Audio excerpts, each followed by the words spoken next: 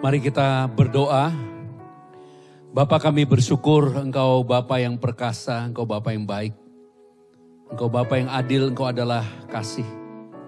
Yang telah membebaskan kami dari maut dan hari ini kami bersyukur.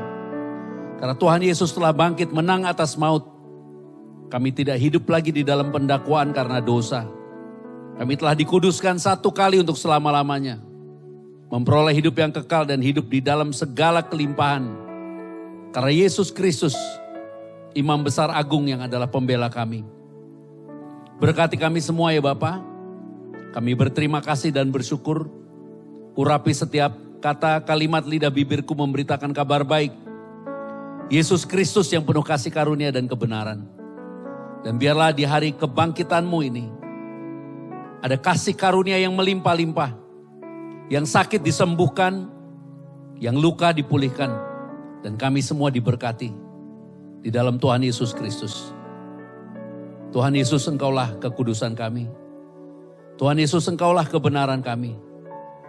Tuhan Yesus, Engkaulah hikmat kami. Tuhan Yesus, Engkaulah penebusan kami. Tuhan Yesus, terima kasih untuk tubuh dan darah-Mu. Kami tinggal di dalam-Mu dan Engkau tinggal di dalam kami. Ya Bapa, berfirmanlah dan kami siap mendengarkan kebenaran firman-Mu. Haleluya. Dengan sukacita bersama-sama katakan, amin. Kita boleh tepuk tangan yang meriah buat Tuhan Yesus Kristus. Tuhan Yesus Kristus sudah menang atas maut, telah bangkit. Kita dengan antusias sekali lagi boleh bertepuk tangan buat Tuhan Yesus Kristus. Dan hari ini judul kita adalah Kuasa Kebangkitan Kristus. Dan kita akan membaca dari Yohanes pada pasal 20 dari ayat 19 sampai 23. Demikian firman-Nya, kita akan membaca secara berbalas-balasan. Saya akan mulai dari ayat 19. Saudara dan Pastor Mesak selanjutnya. Demikian perkataannya. Ketika hari sudah malam pada hari pertama minggu itu, berkumpullah murid-murid Yesus di suatu tempat dengan pintu-pintu yang terkunci karena mereka takut kepada orang-orang Yahudi. Pada waktu itu datanglah Yesus dan berdiri di tengah-tengah mereka dan berkata, damai sejahtera bagi kamu. Dan sesudah berkata demikian, ia menunjukkan tangannya dan lambungnya kepada mereka. Murid-murid itu bersuka cita ketika mereka melihat Tuhan. Maka kata Yesus sekali lagi, damai sejahtera bagi kamu, sama seperti Bapa mengutus aku. Demikian juga sekarang aku mengutus kamu. Dan sesudah berkata demikian, ia mengembusi mereka dan berkata, terimalah Roh Kudus. Jikalau kamu mengampuni dosa orang, dosanya diampuni. Dan jikalau kamu menyatakan dosa orang, tetap ada, dosanya tetap ada. Ini adalah bagian daripada berita kabar baik kebangkitan Yesus Kristus. Yang ditulis di dalam teks Yohanes sebenarnya adalah suatu bagian kisah yang mempunyai latar belakang yang berbeda dari yang kita baca. Karena sebelumnya Tuhan Yesus sejak pagi-pagi hari sudah menyatakan diri di hari kebangkitan itu kepada beberapa orang. Dalam tulisan kitab Markus, jika kita lihat di dalam Markus pada pasal 16 misalnya, pada ayatnya yang ke-9, di situ dikasih tahu bahwa setelah Yesus bangkit pagi-pagi pada hari pertama minggu itu, dia menampakkan diri pertama kepada Maria Magdalena, yang kepadanya Yesus pernah mengusir 7 setan. Lalu perempuan itu pergi memberitahukannya kepada mereka yang selalu mengiringi Yesus, yaitu murid-murid Tuhan Yesus. Tapi apa yang terjadi? Mereka tidak percaya. Kemudian dikatakan ia menampakkan diri juga dalam rupa yang lain di ayat 12 kepada kedua orang di dalam perjalanan keluar kota. Salah satu namanya Kleopas.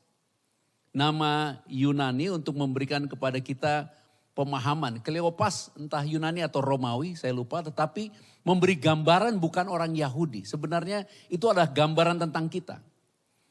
Dan ketika mereka kembali juga memberitakan kepada murid-murid, murid-murid yang lain tidak percaya. Itu sebabnya di ayat 14 dikatakan akhirnya ia menampakkan diri kepada 11 orang itu. ketika mereka sedang makan. Dan inilah yang terjadi, mereka pun tidak percaya. Jadi dengan demikian akhirnya Yesus menampakkan diri kepada mereka. Karena apa? Karena mereka tidak percaya kepada orang-orang yang telah melihat Yesus. Bahwa Yesus sudah bangkit. Jadi ini latar belakangnya adalah semua orang yang merasakan kebaikan Yesus melupakan apa yang Yesus pernah katakan. Bahwa dia akan mati dan bangkit. Nah baru kemudian di dalam teks Yohanes yang kita baca tadi, pada waktu malam, mereka sedang ada di dalam ruangan tertutup, tidak ada jalan untuk masuk ataupun keluar. Gambar mereka dikurung karena ketakutan. Yesus tiba-tiba hadir di tengah-tengah mereka.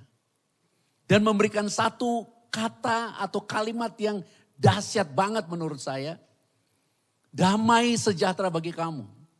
Dan damai sejahtera yang Yesus maksudkan adalah damai sejahtera seperti yang dia ucapkan sebelum dia menyerahkan diri untuk disalib. Dia katakan kepada murid-murid yang dikasihi. Damai sejahteraku kuberikan kepadamu. Dan damai sejahtera yang kuberikan kepadamu tidak dapat diberikan dunia. Untuk memberikan kepada kita pengertian bahwa apa yang Yesus beri tidak dapat dibeli oleh uang, tidak bisa dibayar, tidak dapat diperoleh karena kita melakukan perbuatan baik sekalipun. Ini adalah suatu jaminan karena Kristus telah menebus kita dari kutuk hukum Taurat dan kutuk maut dan akibat dosa. Damai sejahtera karena kemerdekaan yang dimiliki orang-orang yang telah memperoleh penebusan di dalam darah Yesus. Dan damai sejahtera itu seperti damai sejahtera waktu Yesus tidur di buritan. Waktu kapal terombang-ambing, Yesus tidur bersama murid-murid ketakutan, Yesus tidur di buritan. Damai sejahtera seperti itu. Damai sejahtera yang Yesus perlihatkan waktu Yesus berjalan di tengah laut yang bergelora. Damai sejahtera yang Yesus perlihatkan ketika ribuan orang lapar mau makan, tidak ada roti. Dan Yesus berkata kepada murid-muridnya, kamu harus beri mereka makan. Damai sejahtera yang ditunjukkan kepada Tuhan Yesus ketika dia mau ditangkap dan dia maju. Dan mengatakan, aku ini. Dan semua orang rebah. Damai sejahtera yang dia beritahukan kepada murid-murid. Bahkan ketika Lazarus dikasih tahu sakit keras, dia malah katakan, mari kita pergi ke tempat lain. Yesus tidak pernah dalam keadaan terancam. Yesus tidak pernah menunjukkan ketakutan. Damai sejahtera ketika dia dikelilingi orang-orang yang mendakwa dia. Dan tidak ada satupun dakwaannya yang Yesus jawab. Yesus memberikan dirinya kenyataan bahwa dia berkuasa atas semua itu. Dan inilah yang hari ini kita mau terima. Di dalam kebangkitannya dia memberikan kuasa damai sejahtera itu bagi kita. Seperti kita baca tadi, semua orang yang menerima kabar bahwa Yesus telah bangkit tidak percaya. Termasuk murid-murid yang 11. Supaya hari ini Tuhan mau memberikan kepada kita kembali panggilan itu. Percayalah, Yesus yang telah bangkit itu, Yesus yang memperlihatkan tangannya yang bolong, lambungnya yang ada bekas tombak, tangan yang berlubang bekas paku. Sebagai bukti bahwa segala kutuk dosa, segala ancaman karena dosa sebenarnya sudah dibayar lunas. Supaya kita hari ini tidak takut lagi menghadapi dunia. Tidak khawatir lagi menghadapi tantangan hidup. Bahkan yang kerennya di saat mereka ketakutan di mana pintu-pintu tertutup, tidak ada jalan untuk mereka dalam keadaan terancam, maksud saya. Mereka bisa memperoleh janji tanpa syarat. Karena Tuhan tiba-tiba hadir di tengah-tengah mereka dan memberi jaminan. Supaya hari ini kita percaya yang pertama, Yesus bangkit. Kita memperoleh damai sejahtera. Kita tidak lagi hidup di bawah ancaman maut. Dan tidak lagi hidup di bawah kutuk hukum Taurat. Tidak lagi hidup di bawah kuasa dosa. Kita benar-benar telah ditebus menjadi anak-anak Bapa di surga. Bersyukurlah untuk hal itu. Marilah kita percaya, teguhkan hati kita. Karena di dalam dia kita memperoleh damai sejahtera di dalam kasihnya yang begitu besar. Kita boleh tepuk tangan yang meriah buat Tuhan Yesus Kristus. Katakan haleluya. Nah yang kedua yang luar biasa yang saya renungkan adalah karena di ayat 21 Yohanes 20 ketika murid-murid senang melihat Yesus memperlihatkan tangannya yang berlubang paku, Yesus mengulang kembali. Dia dikatakan, maka kata Yesus sekali lagi, damai sejahtera bagi kamu. Jadi seperti Tuhan Yesus merephrase, mengulang untuk memberi kepastian bahwa Yesus yang telah menang atas maut itu, yang memberi jaminan damai sejahtera itu, Yesus yang benar-benar telah menjadi pembela bagi mereka supaya mereka menerima secara sadar. Mereka menerima bukan dengan ketakutan.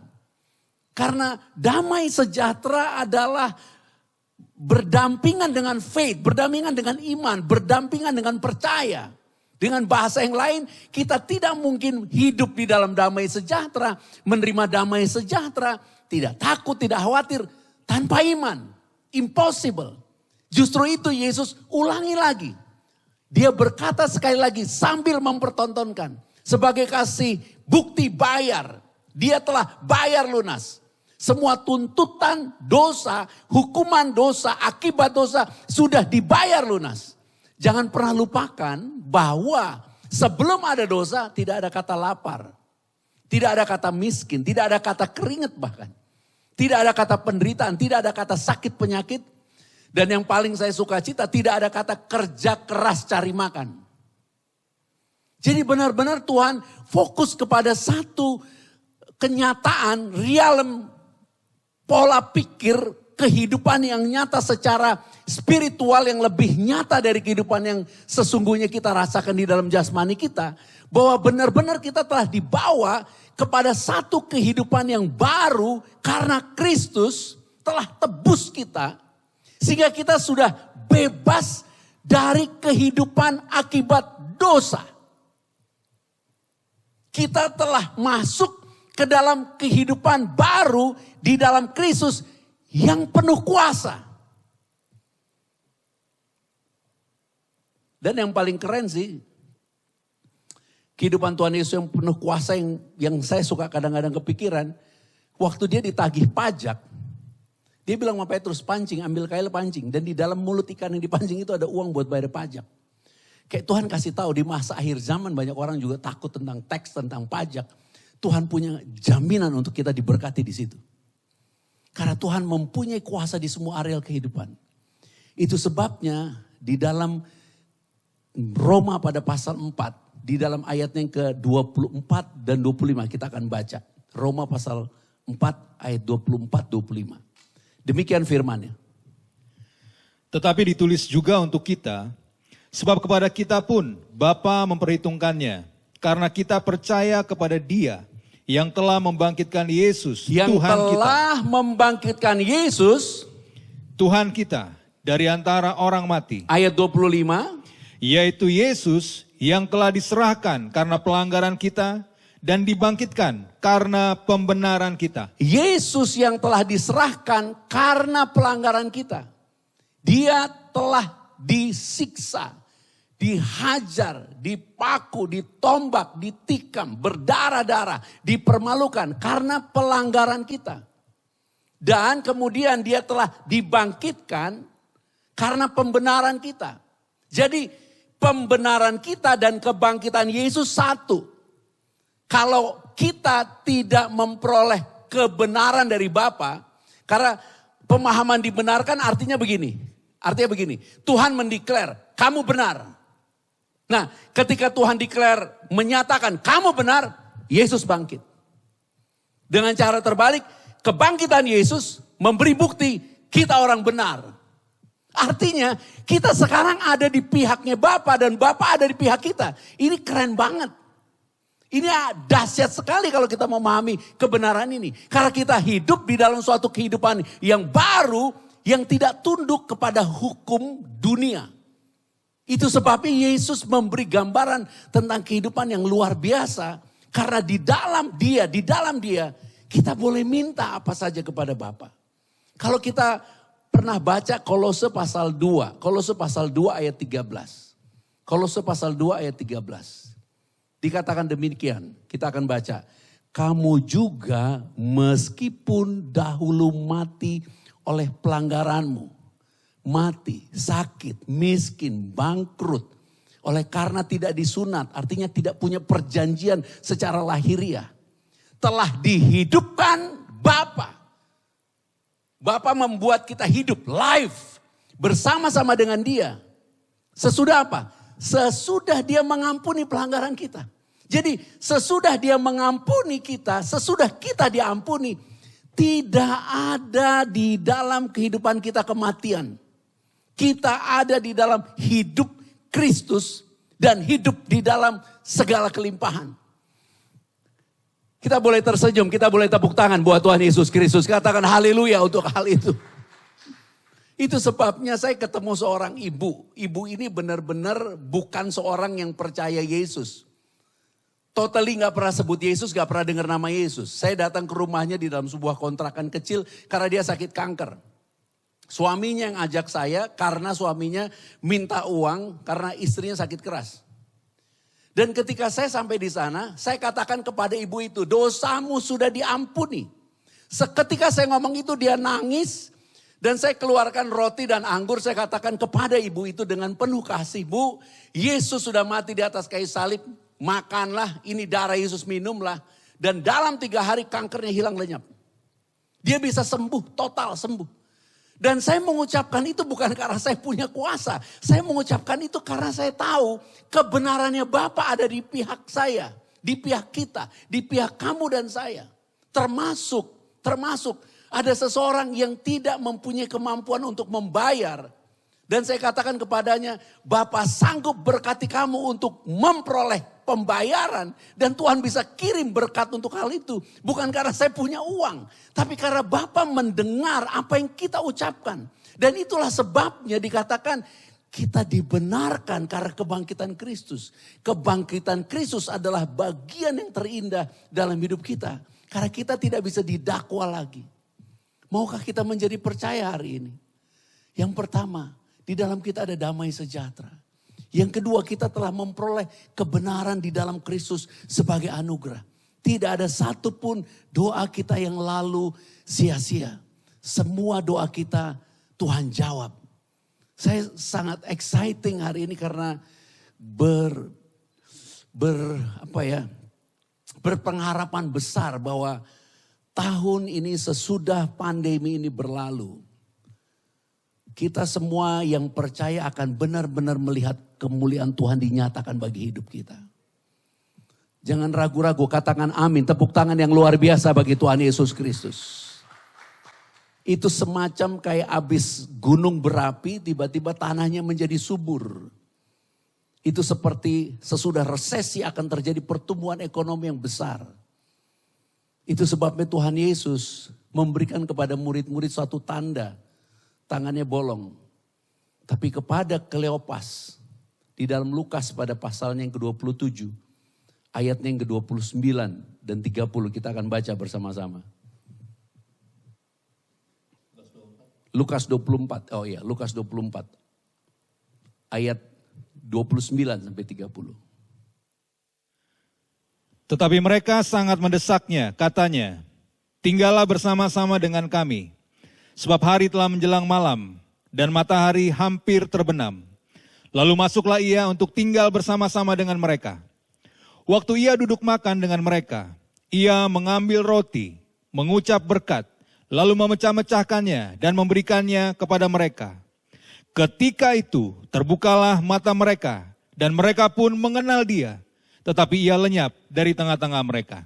Jadi ini adalah kisah bagaimana Tuhan Yesus berjalan di hari kebangkitannya bersama-sama 2 orang dari Emmaus ke Yerusalem. Dan mereka bersama-sama menerima anugerah karena Tuhan Yesus makan bersama mereka. Lebih tepat lagi dari Yerusalem ke Emmaus, kemudian mereka kembali lagi ke Yerusalem. Nah, ketika mereka di Emmaus, Tuhan mengangkat roti dan mereka melihat dan salah satu dari mereka mengatakan itu Tuhan. Kepada orang-orang Israel yaitu umat yang ia kasihi, yang diberi gambaran dengan 11 murid yang kepada mereka Yesus menyatakan diri. Tiba-tiba di tengah-tengah mengatakan damai sejahtera, Yesus memperlihatkan tangannya yang bolong, yang berlubang paku. Tetapi kepada Kleopas dan temannya, dia mengangkat roti. Dan ketika Yesus mengangkat roti, memecahkannya, mengucap syukur, memecahkannya, mereka mengatakan itu Tuhan. Jadi seperti ada dua gambaran. Yang satu gambaran Yesus memperlihatkan tangannya yang berlubang. Seperti gambaran nanti Yesus akan datang kepada Israel secara fisik. Kasih tahu ini Yesus. Dan mereka bersuka cita memperoleh damai sejahtera. Tetapi kepada Kleopas, gambaran kita orang yang bukan Yahudi. Yesus memberikan bukti bayar yang berbeda. Yaitu tubuh dan darahnya. Dan ketika mereka menerima tubuh dan darah Yesus, bahkan dikatakan Yesus menghilang. Dan mereka menjadi kuat lagi dan kembali ke Yerusalem. Dan kalau kita baca tadi di kitab Yohanes dikatakan hari mulai malam. Itu gambaran akhir zaman. Supaya kita hari ini memahami, kita sudah di 2022, kita sudah mau memasuki harinya Tuhan. The day of the Lord, hari ketiga. Kita tidak pernah tahu Tuhan datang saatnya kapan. Tapi kita adalah mempelainya, Tuhan pasti kasih tahu mempelainya, hari dia datang. Tidak mungkin dia tidak kasih tahu. Itu seperti seseorang yang akan menikah, calon suaminya akan datang pada hari ini karena dia menikah hari ini. Tapi tidak tahu kapan datang sampai di depan rumahnya. Atau sampai di tempat mereka akan memperoleh pemberkatan nikah. Tapi mereka tahu ini harinya. Kita akan diberitahu Tuhan kapan harinya dia akan datang. Dan Tuhan sebenarnya sudah kasih tahu tandanya. The day of the Lord. Harinya Tuhan. Petrus menulisnya 1 hari adalah 1000 tahun. Nah Tuhan mau di dalam perayaan kebangkitan Yesus ini kita benar-benar paham. Kita diberi anugerah damai sejahtera yang tidak bisa dibayar oleh uang. Yang tidak bisa dibayar oleh perbuatan. Diberi damai sejahtera yaitu karena kita ditebus oleh darahnya. Dan Tuhan panggil kita sekarang untuk percaya kepada kasih-Nya. Karena dia mati menebus kita dari dosa karena kasih. Yang kedua, dia kasih bukti. Damai sejahtera itu ada buktinya. Dia beri tubuh dan darahnya bagi kita. Kepada murid-murid yang dikasihnya, orang-orang Israel asli, dia kasih tahu tangannya yang berlubang. Tetapi kepada kita yang digambarkan dengan Kleopas, orang-orang yang berjalan dari Yerusalem ke Emmaus, dia beri satu tanda, dia memecahkan roti. Supaya kita di hari-hari sekarang ini, ketika kita menghadapi tantangan hidup, semua yang menjadi ancaman bagi kita, kita harus percaya bahwa ketika kita menerima tubuh dan darah Yesus, dia bukan hanya hadir, dia mau kasih tahu bahwa kita telah ditebus, dibebaskan dari semua ancaman itu. Kita telah dilepaskan dari semua kutuk akibat dosa. Kita telah memperoleh anugerah pembenaran untuk memperoleh jawaban doa kita. Supaya kita tidak menjadi lemah. Karena hari-hari ini semakin jahat. Antikris berusaha membuat dunia menjadi kacau. Tapi Kristus membuat kita memperoleh damai sejahtera. Tersenyumlah. Kita boleh tepuk tangan sekali lagi buat Tuhan Yesus Kristus. Haleluya. Nah yang terakhir, yang ketiga, kita akan baca dari 1 Petrus 1 ayat 3 sampai ayatnya yang ke-7. Di dalam teks ini kita memperoleh jaminan pengharapan di dalam kebangkitan Kristus. Mari kita baca 1 Petrus 1 ayat 3 sampai dengan yang ke-7. Terpujilah Tuhan dan Bapa Tuhan kita Yesus Kristus, yang karena rahmat-Nya yang besar telah melahirkan kita kembali oleh kebangkitan Yesus Kristus dari antara orang mati, kepada suatu hidup yang penuh pengharapan, untuk menerima suatu bagian yang tidak dapat binasa, yang tidak dapat cemar, dan yang tidak dapat layu, yang tersimpan di sorga bagi kamu, yaitu kamu yang dipelihara dalam kekuatan Bapa karena imanmu, sementara kamu menantikan keselamatan yang telah tersedia untuk dinyatakan pada zaman akhir. Bergembiralah akan hal itu, sekalipun sekarang ini kamu seketika harus berduka cita oleh berbagai-bagai pencobaan. Maksud semuanya itu ialah untuk membuktikan kemurnian imanmu yang jauh lebih tinggi nilainya daripada emas yang fana, yang diuji kemurniannya dengan api, sehingga kamu memperoleh puji-pujian dan kemuliaan dan kehormatan pada hari Yesus Kristus menyatakan dirinya. Ini adalah bagian yang paling penting yang harus kita pahami. Karena dikatakan pada saat Tuhan Yesus menyatakan dirinya, kemuliaan kita yang sesungguhnya adalah ketika Tuhan Yesus Kristus datang. Kita semua akan diangkat di dalam kemuliaan Yesus Kristus. Orang mati akan dibangkitkan. Apabila kita masih hidup, kita akan diangkat. Katakan amin untuk itu. Banyak orang berusaha memperoleh rahasia tentang antikris. Tetapi kita harus tahu, Kristus telah menang atas maut. Iblis sudah dikalahkan, iblis tidak berkuasa atas kita. Waktunya bagi iblis sudah dihitung, tinggal sedikit. Itu sebabnya dia harus menghancurkan umat Tuhan, membatalkan, menggagalkan apa yang Tuhan sudah kerjakan. Tapi itu tidak mungkin bisa berhasil. Iblis sudah ada di dalam posisi kalah. Kita adalah anak-anak Tuhan yang telah memperoleh kemenangan. Tetapi secara kenyataan hidup kita punya banyak tantangan. Itu sebabnya dikatakan penderitaan yang sekarang itu hanya sedikit, hanya sebentar. Supaya iman kita murni. Supaya kita beriman kepada Yesus bukan karena ingin diberkati. Kita beriman kepada Yesus karena dia Tuhan yang bangkit, yang menang atas maut. Kita beriman kepada Yesus bukan karena kita butuh mujizat.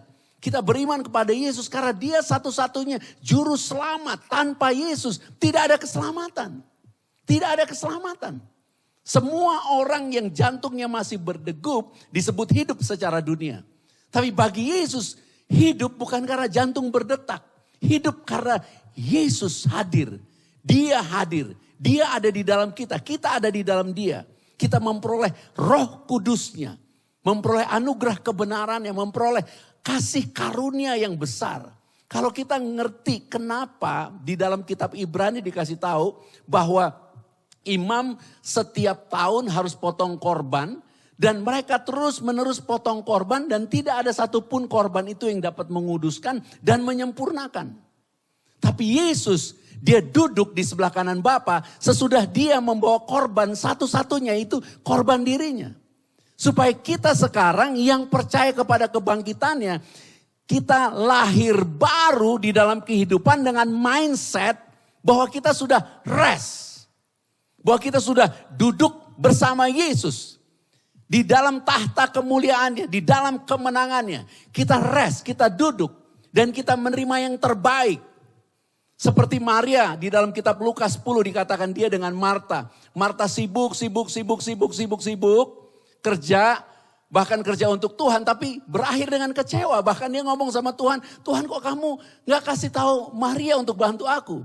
Sedangkan Maria duduk, suatu gambaran dia rest, mendengarkan firman dari Tuhan Yesus dan Tuhan Yesus katakan apa yang Maria lakukan adalah dia menerima yang terbaik dan hanya itu yang terbaik. Dan karena dia menerima yang terbaik yang selebihnya selesai. Supaya kita sekarang memahami Yesus sudah bangkit. Kita sekarang masuk ke dalam satu kehidupan baru yang penuh pengharapan. Karena apa? Karena semua jaminan keberhasilan hidup kita di dalam Kristus karena menerima janji sama sekali tidak ada hubungannya dengan performance kita. Itu sebabnya dikatakan kamu dipelihara di dalam kekuatan Bapa by faith. Secara ekonomi kamu akan dipelihara oleh kekuatan Bapa karena iman. Secara kesehatan fisik kamu akan dipelihara oleh kekuatan Bapa karena percaya. Secara hubungan, secara apapun kita terpelihara oleh kekuatan Bapa by faith. Dan ini adalah kabar baik. Karena iman timbul dari pendengaran akan firman Kristus.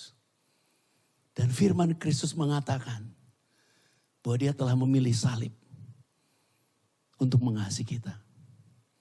Firman Kristus mengatakan dia memilih jadi miskin supaya kita jadi kaya. Firman Kristus mengatakan, dia pilih menderita supaya kita pulih. Firman Kristus mengatakan, dia dipisahkan dari Bapa supaya sekarang Bapa ada di pihak kita. Itulah hidup yang penuh pengharapan. Supaya kita telah percaya dan menjadi percaya sekarang. Bahwa kita telah memperoleh damai sejahtera. Katakan amin untuk itu. Yang kedua, kita telah memperoleh anugerah kebenaran. Kristus bangkit, kita telah menjadi orang benar. Tuhan mendeklar kita righteous, orang benar. Dan yang ketiga, kita hidup di dalam hidup yang penuh pengharapan karena iman. Itu sebabnya saya percaya.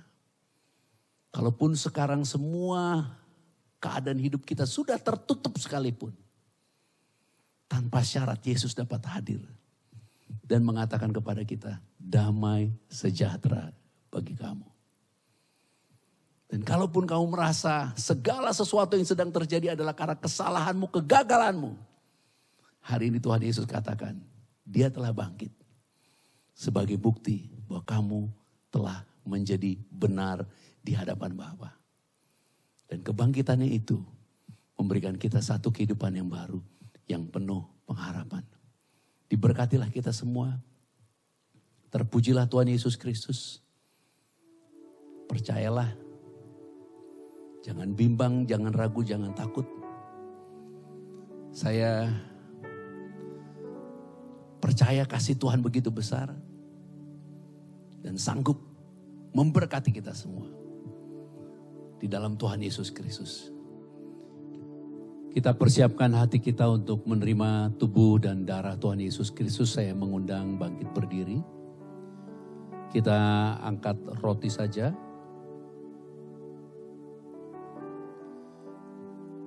Kita bersyukur Tuhan Yesus sudah bangkit. Dia yang telah menyatakan dirinya kepada Kleopas dan temannya. Dan mengangkat roti mengucap syukur sehingga mereka berkata itu Tuhan. Dan biarlah hari ini memperingati hari kebangkitan Yesus. Kita mengangkat roti ini dengan iman.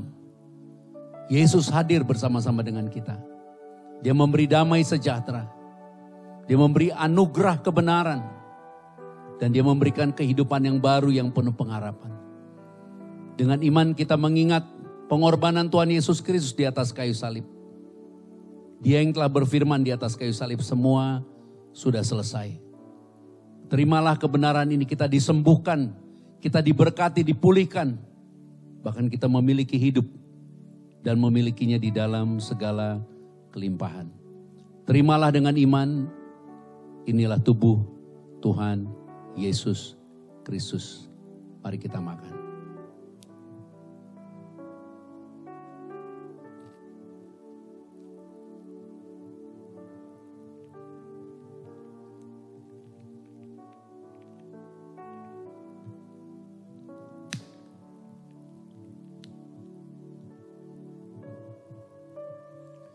Kita angkat cawan ini, kita bersyukur di hari kebangkitan Yesus Kristus.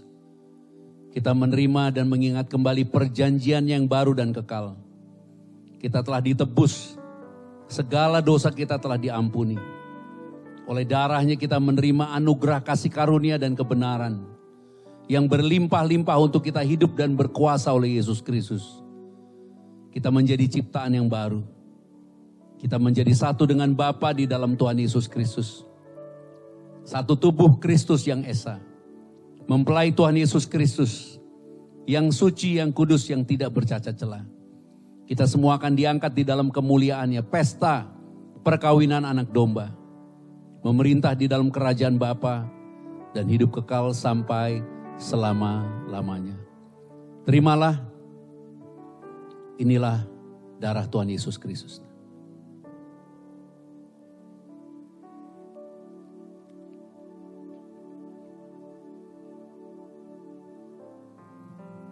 Apabila ada minyak di tangan saudara, minyak ini dikuduskan sebagai tanda kesukaan melebihi teman-teman sekutu. Dan percayalah dimanapun kita melangkah berjalan, kasih karunia-Nya melimpah-limpah atas kita. Di dalam Tuhan Yesus Kristus. Saya mengucapkan selamat hari kebangkitan Kristus.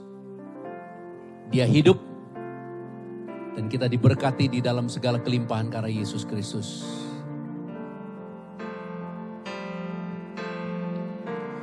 sebab Yesus hidup. Ada hari esok, sebab Yesus hidup. Ku tak gentar,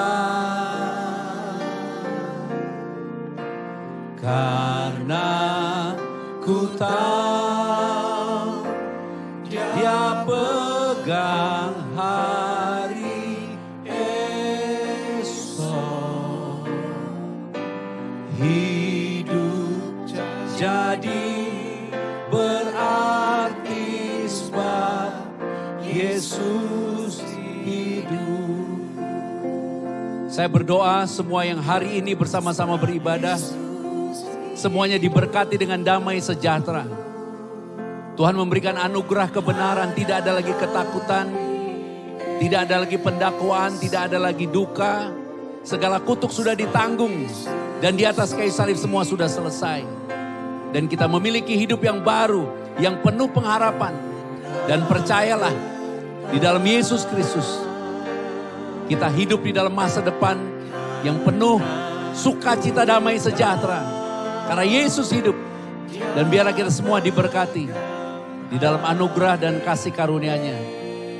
Tuhan Yesus Kristus memberkati kita sekalian.